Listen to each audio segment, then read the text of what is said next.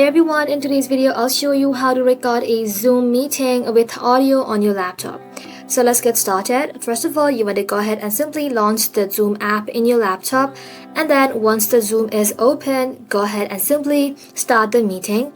So once you're inside the meeting, you want to make sure that the correct microphone and speaker are selected. And if you are a host, you will then be able to find an option that says record right over here. Go ahead and simply click onto it, and just like that, the recording will get started. Also make sure that the microphone icon is not muted to capture audio during the meeting. And now your meeting is recorded with both audio and video. Once the meeting is over, simply tap on the stop button and end the recording. And next, you want to go ahead and simply click on the end button and confirm that you would like to end the session.